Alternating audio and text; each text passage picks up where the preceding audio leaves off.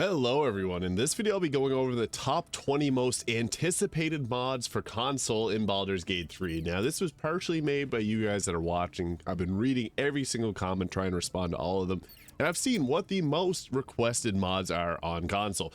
And I've also went through and just went over the popularity of these, so we have 20 of them here that I'll briefly go through right quickly right now, starting off with the Origin Mirror unlock. Now, a lot of people want to be able to change how Gale looks, how Shadowheart looks. So with this mod, you can change your Origin companions. We also got Tactician Enhanced, giving us a nice difficulty mod. There's the Hex Blade Warlock, the Divine Soul Sorcerer, the Bladesong Wizard, the Twilight Domain Cleric, also the Forge Domain is quite popular too. We have the Death Knight, which is a class from World of Warcraft. This has been put forward for console approval, so all of these have been sent to be tested for console. We also have some race mods like the playable Asmar Race. I did do a video talking about why race mods are delayed, but this is going to be one of the first ones that we receive. Also the Owlin Race, which I think is incredible. The creator of this mod also confirmed that this one is set for approval once they figure out the game crashing bug that happens with race mods. We also have the Kobold mod. I know a lot of people want to play as a Kobold, and Astral Elves too, a very popular sub race that people want to see. And also Thunder's Extra Races, which gives a bunch of races, which I'll cover in this video. And we also got the Treasure Trove giving 400, almost, I think it's 600 items total between armor and weapons.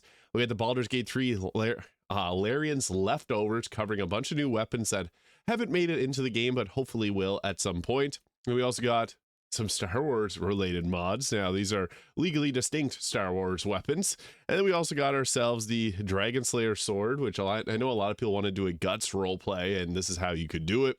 Then we also got Fade's equipment distribution, which is a mod that adds a bunch of equipment that appears throughout the game, so it's not a tutorial chest item. Kind of cool. Poke flasks. I'm not sure if this will come, but it is extremely highly requested. And the creator did put it forward for console review. Basically with this, you capture creatures and you can use them in your team. And I'll show this mod off in full detail. You can actually add them to your party as actual party members. And we also have some more face mods. I know a lot of people want that extra customization that brings with a new face.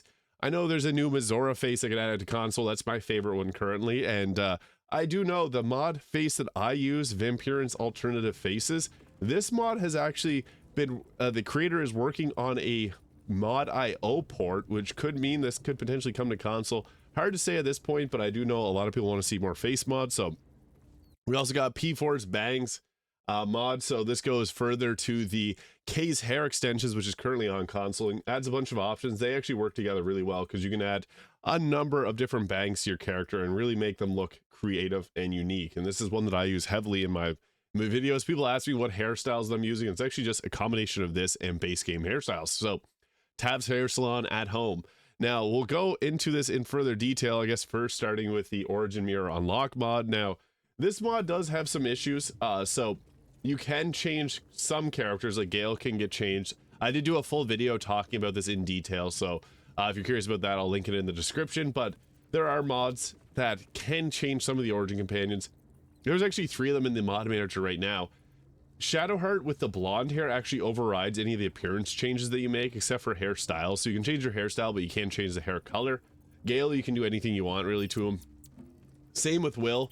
Now characters like Minsc and Jaheira, which are not Origin companions, actually cannot be changed. You can put hair on Minsc, but only in the Magic Mirror, and you can't actually add it to him in the game. It looks funny with Minsc with hair, but this mod I hope will come eventually. I think it's an incredible one, and it's just really cool to see what's been made in the in-game mod manager. However, very buggy at this moment. This one is made by Yoon Moon Sick. There's a few other ones that were created. It's a great concept, and I hope that it gets made into a full release at some point for console. No time frame on that because it is quite buggy, so this may be one that takes a little bit of time to make its way. But Tactician Enhance, this is an incredible mod. Now with Tactician Enhance, what it basically does, it gives you an extra option for difficulty, and it's extremely detailed. I did do a video on this one yesterday. Basically, you got the options to do a static mode, which will give every enemy a boost to their health. Like if you want to give them an extra like 70 health. There's a scaling mode, which allows you, as you increase your party size. This mod is made by Pixel Bytes, who also made the increased party size mod. So basically, if you add 8 characters to your party, you could give the enemies an extra action and bonus action in addition to like 70% more health.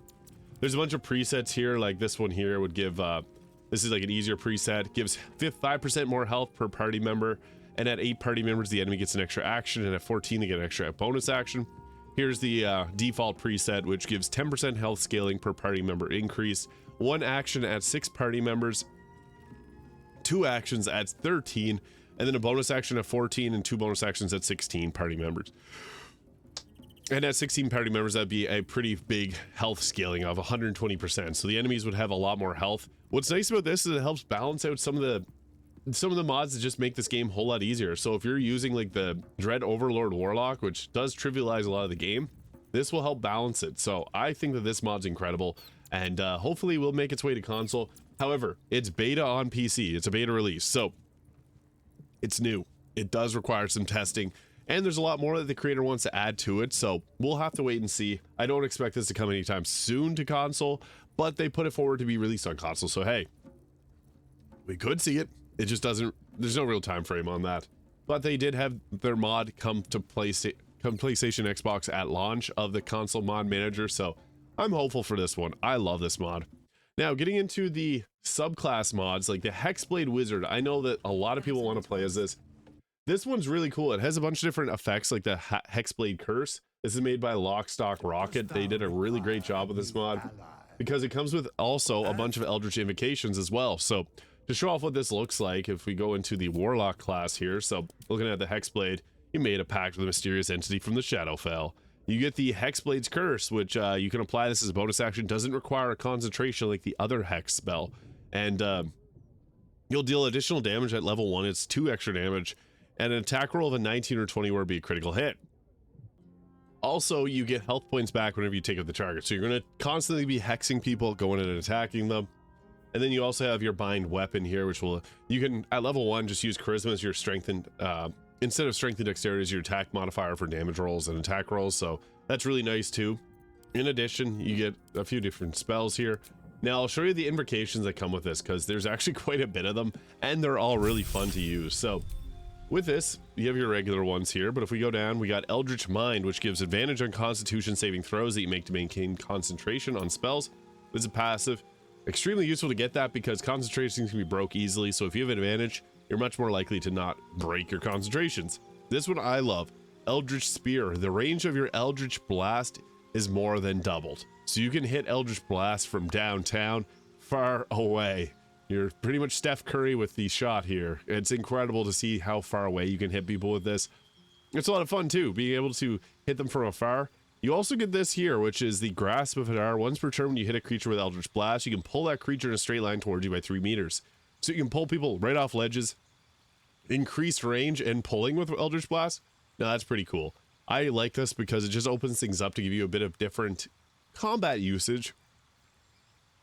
His Repelling Blast pushes the creature 4.5 meters, but being able to pull them towards you is really nice if you set up properly. We also get the Lance of Lethargy here, which you can reduce a target's movement speed by 3 meters with an Eldritch Blast, which is nice. You can do that every single turn. There's also Eldritch Infection, which gain the ability to cast an infected Eldritch Blast as a cantrip, which does poison damage. Not that poison damage is great, but it's cool to see a different version of Eldritch Blast. Selfish Scurry, you can cast Long Strider without expending a spell slot. And Vermin Resilience, these come from the Rat King mod, but getting a bunch of different ones here is really nice. And then as you level up, there is a few other Eldritch Invocations that get added. So that's cool. And then looking further into them, so Cloak of Flies at level 5. So once per turn, per long rest, the Hex Blade can surround themselves in a magical aura of buzzing flies for 5 feet from the Hex Blade, giving them advantage in intimidation checks, but disadvantage in other charisma checks. And any creature that starts its turn will take poison damage. Eldritch Smite, this is my favorite at level 5. When the Hex Blade successfully hits a creature with a packed weapon, they expend a Warlock spell slot to deal a 1d4 or a 1d8 of force damage, and another 1d8 per spell slot level. So at level 5, that's like a 5d8 extra force damage, which is huge. If the in addition, the target is knocked prone if it is huge size or smaller and requires Pact of the Blade to function. So this one, Eldritch Smite, extremely powerful and works perfectly on this build. Improved Pact Weapon, you can make a +1 enhancement to your bound Pact Weapon, so that's nice, getting a little bit extra damage roll. Tomb of Avistus here, so once per short rest, when As a reaction, when taking damage, you can choose to encase yourself in ice. So this gives you temporary health points equal to a warlock level and soak up the damage received, but you're incapacitated for the turn, at which the temporary health will dissolve and you become vulnerable to fire damage and have movement speed of 0. So bit of a risky choice here. And Undying Servitude, once per long rest, you can cast Animate Dead without using a spell slot. A Relentless Hex gives Relentless Pursuit. Using a bonus action, the Hex Blade within 5 meters of the target, so long as the target is within 40 meters or 40 feet. The original range of this is boosted to 30 feet, so a bit more range of that. And Trickster's Escape, once per long rest, can cast Freedom of Movement. So some pretty cool options there. I think that this one's incredible. Next, we got ourselves the Divine Soul Sorcerer, which I love because I'm a big fan of the Sorcerer. Now, this one is cool because the biggest issue with the Sorcerer is its lack of spell slots compared to a Wizard. This circumvents it because you get your normal 4 spells, or 4 cantrips, 2 spells. But every second level, you get to take 2 Cleric spells. So some of the most powerful spells in the game, like Command, Spiritual Weapon, Spirit Guardians, the Guardian of Faith, and then at level 6, you also get the Planar Ally spell, which lets you summon in a Diva, Cambion, or Genie. So a lot to love with this one. I'm a huge fan of the Sorcerer, so this is huge. Absolutely enjoy this mod quite a bit, and yeah, it's an incredible one. So you also get some benefits, like you get to add your charisma modifier to healing. You get the otherworldly wings, so you can fly as a bonus action, and in addition, you also get the Favored by the Gods charge. So if you fail a saving throw or miss with an attack roll, you can add 2d4 to the total. So yeah, this Divine Soul, it's quite strong. It's kind of the blend between a spellcaster and a healer, because you can quicken spells. You can also cast some pretty powerful spells too. So I love the Divine Soul Sorcerer. It's a lot of fun. Next, we got ourselves the Bladesong Wizard. Now, this is similar to the Spellblade, but it has some different effects. So the Bladesong, gain a bonus action armor class and constitution saving throws equal to your intelligence modifier. Gain advantage on acrobatic checks, movement speed increased by 10 meters. So that's your Bladesong. You use that, it's a bonus action, you use a Bladesong charge, you get some extra benefits. We also get an extra attack at level 6, so this is strong. It makes it more of a martial class, which is nice. Spell combat, you can replace one attack with a cantrip when using extra attacks. You can attack, cantrip, and then use your bonus action. Song of Defense, whenever you take damage, you may use your reaction, expend a spell slot, and reduce that damage by 5 times the spell slot level. So you're pretty tanky. It's a fun class. It's a lot different than the Spellblade, which I know a lot of people really enjoyed, so I like this mod quite a bit. Next, we have the Twilight Domain Cleric, made by Grookey here, and what's cool about this one is you get some pretty good domain spells and some fun effects. So Fairy Fire, Sleep, Moonbeam, Sea Invisibility, Glyph of Warding, Warden of Vitality, Greater Invisibility, Odaluk's Freezing Resilient Sphere, Destructive Wave, and Hold Monster. Now with this, you also get the ability to have Dark Vision up to 60 meters, which is huge, and you can give a target a +3 to their initiative, and you also get yourself Dark Vision, so you can give away Dark Vision to all nearby allies within 3 meters. So what's nice about this is you get a lot of fun effects that just are a little bit different from what normal clerics would get.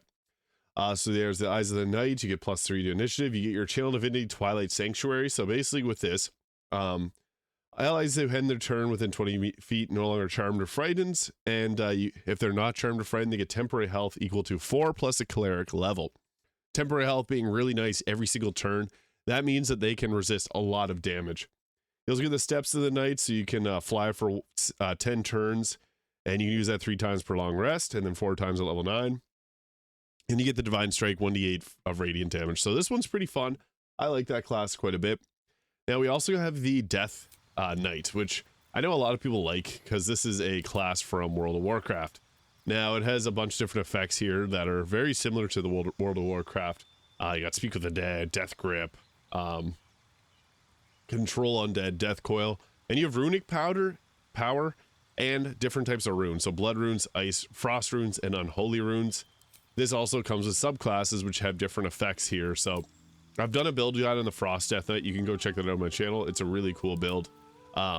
This is fun. It's based on literally World of Warcraft, so it has a lot of similar effects to that.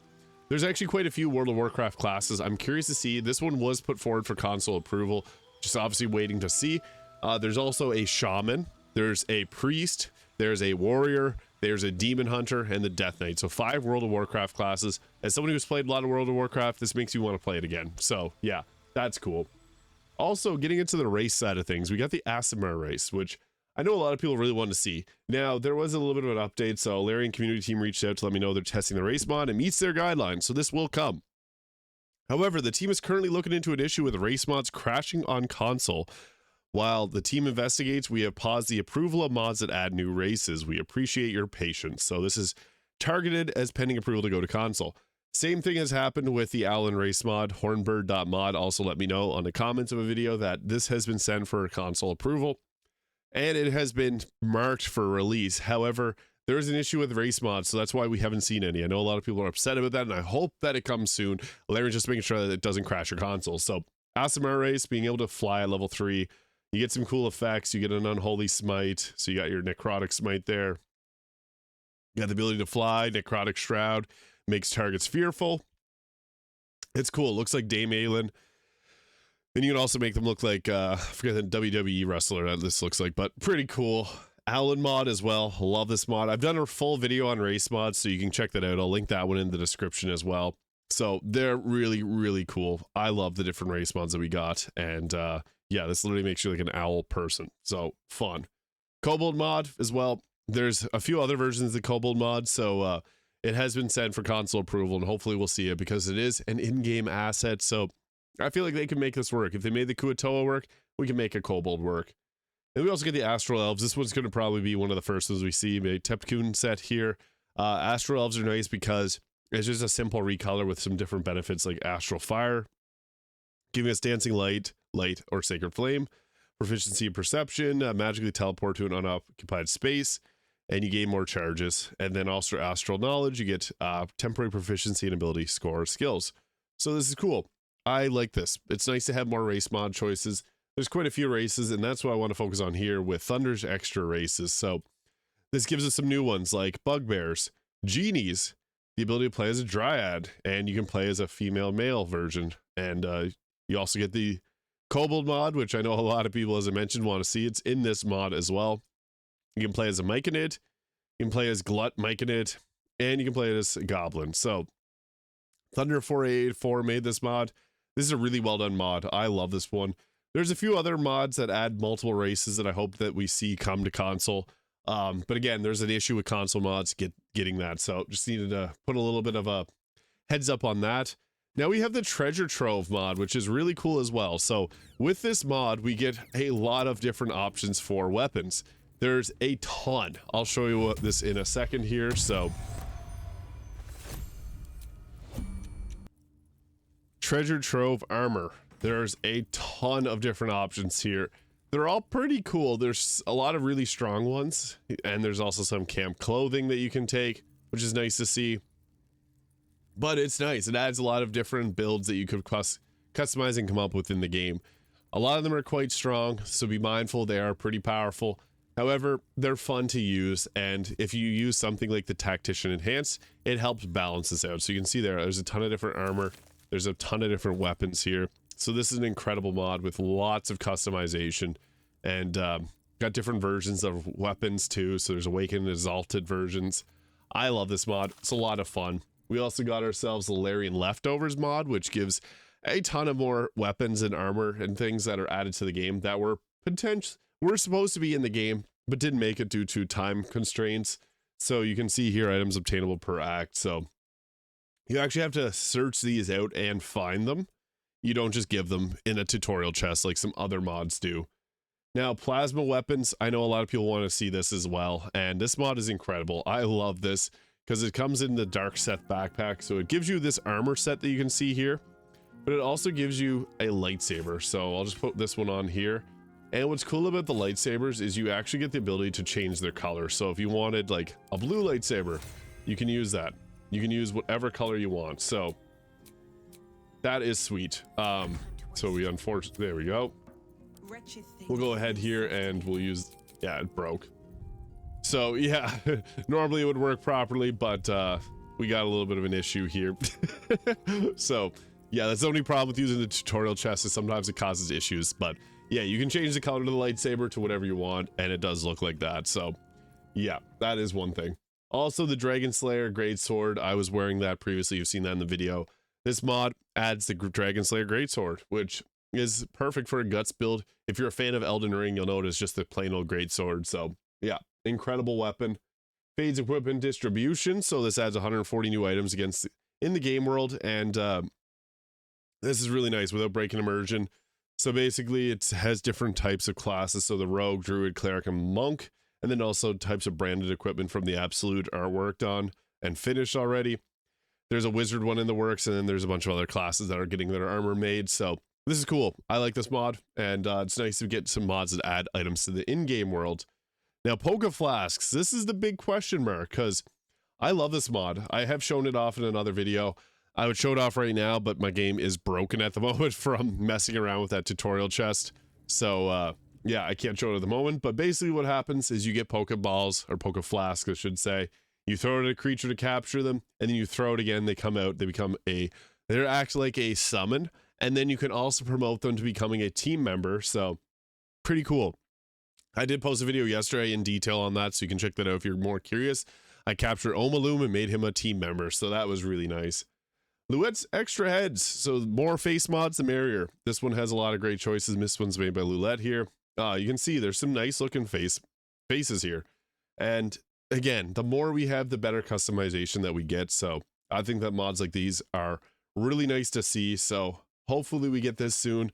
It even has some half-orc faces, which is nice to see because not a lot of half-orcs get faces. It's mostly like humans and elves get a lot of the faces, but this isn't for everyone, so that's great. And I would also show off the P4 Bangs Everywhere mod by Padme 4000. Padme's made a ton of different mods here. This is nice just to add basically whatever type of bangs you want your character. You can use like a ponytail back and then have bangs and create your own custom hairstyle.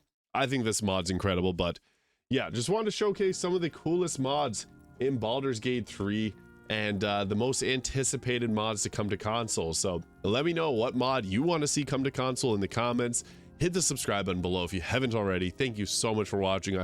Hope you have an incredible day, and I'll see you all in the next video.